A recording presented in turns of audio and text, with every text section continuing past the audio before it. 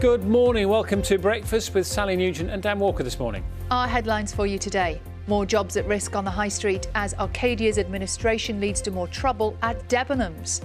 Good morning. Yes, JD Sports looks set to pull out of its Debenhams rescue deal. That will put 12,000 jobs on the line, while 13,000 Arcadia workers are hoping someone will step forward to save brands like Topshop, Wallis, Burton and Miss Selfridge.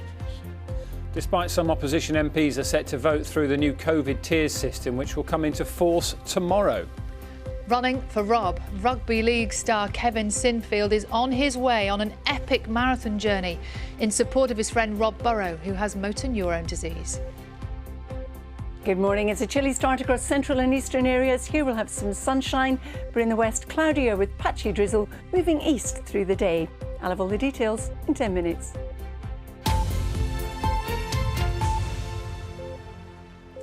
Good morning. It is Tuesday, the 1st of December. Our top story. The British retail group Arcadia, which owns some of the UK's best-known clothing brands, has gone into administration, putting 13,000 jobs at risk. Arcadia's collapse also appears to have scuppered a rescue deal for Debenhams, which could push the department store to the brink of liquidation. Here's John McManus. Happier times for the Arcadia group and the man who steered it to success, Sir Philip Green. But with the confirmation last night that the group had gone into administration, it seems this British retail success story has hit the rocks. The future of 444 stores, plus hundreds of concessions in other shops, now uncertain. 13,000 jobs are threatened, and those workers' pensions are also at risk from a massive hole in the pension scheme. There have been calls from MPs for the Green family to plug that gap. Sir Philip and his wife, who is resident in the tax haven of Monaco, are estimated to be worth £930 million. Arcadia operated hundreds of concessions in Debenhams stores, a chain which is also in trouble, but which was in talks to be saved by JD Sports. That deal now expected to be scuppered, putting at risk a further 12,000 jobs. How did it all go so wrong? The online players such as ASOS and Boohoo don't have the cost base of the stores. They don't have to pay for staffing in their stores. All they have is their online presence. They're much better at it. They've invested a huge amount of money in it, and they have a much better connection with their customers. With just weeks to go before Christmas and the sector already in the midst of a pandemic-inspired slowdown, it's a stressful time for Arcadia's employees. A lot of us are feeling a bit anxious because we don't know the full extent about what's happening ourselves. For us, it's about money around Christmas time. Bills have to go out. We don't know if we can afford stuff for Christmas. We're worried about what will happen to our pension schemes. Will we still get paid if we're in administration? For now, Arcadia will continue to trade, and the government says it stands ready to support those who are affected. But over the next few days, the administrators will also get to work to decide the fate of this once iconic giant. John McManus, BBC News. So now MPs will vote later today on whether a new stricter three-tier system of controls to contain coronavirus should be imposed in England. Boris Johnson is facing opposition from many Conservative MPs who are against the plans, but Labour will abstain in the vote, meaning the plans are likely to pass. Let's speak to our political correspondent Chris Mason now. Chris, good morning to you. So give us an idea and talk us through exactly what's going to be happening today.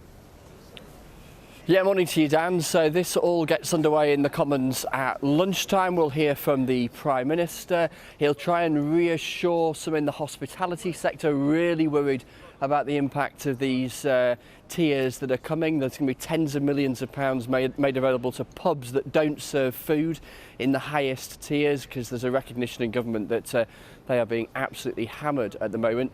More than 100 MPs have said that they want to speak in the debate. Matt Hancock, the Health Secretary, will round things off in the early evening. But as you say, there's no real jeopardy here because Labour are going to abstain. They're not going to vote at all. And so these measures will pass, even if there's going to be quite a lot of noise between the debate starting and the debate ending. One fascinating little bit of conversation to get into, though, is a conversation you were having with Michael Gove earlier, which is worth just playing a little nugget of, which is this whole question of the vaccine and what happens when the vaccine rolls out. And potentially, as was floated by a minister yesterday, you get places that say you can come in here, but only if you can prove that you've had the vaccine. Is that the right way to go as we head into next year? Here was Michael Gove on Breakfast a little earlier. It's up to any individual pub owner or licensee to decide who they'll admit and on what basis. They're private businesses. But actually, I'm not sure that's what people are concerned about this morning. I think what people are concerned about this morning is making sure that we're managing the infection effectively, that the new tier system is going to reduce the rate of infection overall, and that we're in a position to deliver the vaccine. You know, the prospect of mass vaccination is an exit strategy. It is a way out of the situation which we find ourselves in. And the most important thing is making sure that that vaccine is effectively distributed and available. That is the critical question.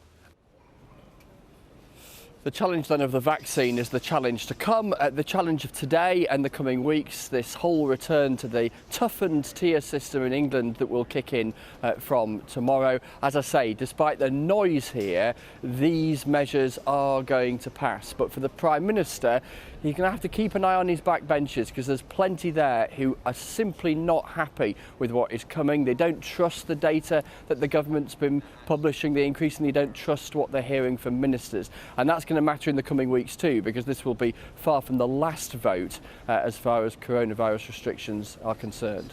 Chris, a quick unrelated question. The big tree behind you, am I right in thinking that the baubles have gone on since yesterday? Was it bauble free yesterday, that? You have impressive, as ever, Dan, impeccable attention to detail. The honest answer is I don't know, but there is always, you just saw the policeman wandering forward. I'll do some fact checking for you and I'll let you know. I'll come back with that breaking news as soon as I've established the facts. Thank you. Chris Mason, always across the big stories. Thank you, Chris. See you later on. Now, the Formula One world champion Lewis Hamilton has tested positive for coronavirus and will miss this weekend's Sakhir Grand Prix. It'll be the first time that Hamilton has missed a race since making his Grand Prix debut in 2007. According to his Mercedes team, he has displayed mild symptoms, but he's otherwise fit and well.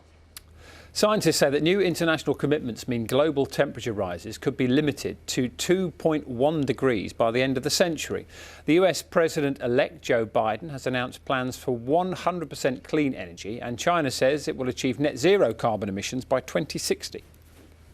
We've already mentioned Christmas trees and decorations, haven't we? Well, they've gone big at Downing Street already. They've gone early. Yeah. We all love to get in the mood for Christmas, don't we? By watching a little bit of festive telly, Christmas films. Do you watch the Christmas channel, Christmas movies? I haven't delved in there just I can't imagine. Save that till a little bit later, Sal. Well, let's join these little fellas who've started already. Aren't they gorgeous? That's the London Aquarium, where penguins, who've been a bit bored during lockdown because it's been so quiet, they've been watching Christmas films. I mean, they are watching one of the kings of Christmas films. Not one of. Elf. Not one of. Isn't top one for you, is it? Best ever. Top one, yeah, exactly. Well, Best there you ever, go. no? You know, everyone says that It's a Wonderful Life is a Christmas film. And Yes. actually, it only is Christmas right at the end, isn't it? Yes. The very end. Yes. So how do you qualify for a Christmas film? Because we were saying earlier, I say Die Hard's a Christmas film, but I know other people get very agitated It's a film about set that. at Christmas. Yeah. Yeah. I just think you can't beat Elf. It's got everything. I could watch that all year round. It is a beauty. Yeah, Will Ferrell gorgeous. is magnificent in it. We don't get our decorations out until we see the Nakatomi Plaza in Die Hard. That's the way we roll.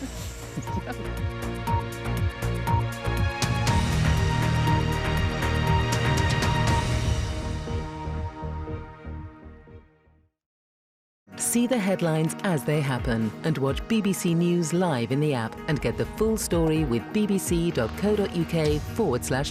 Follow the story for all the latest with BBC News.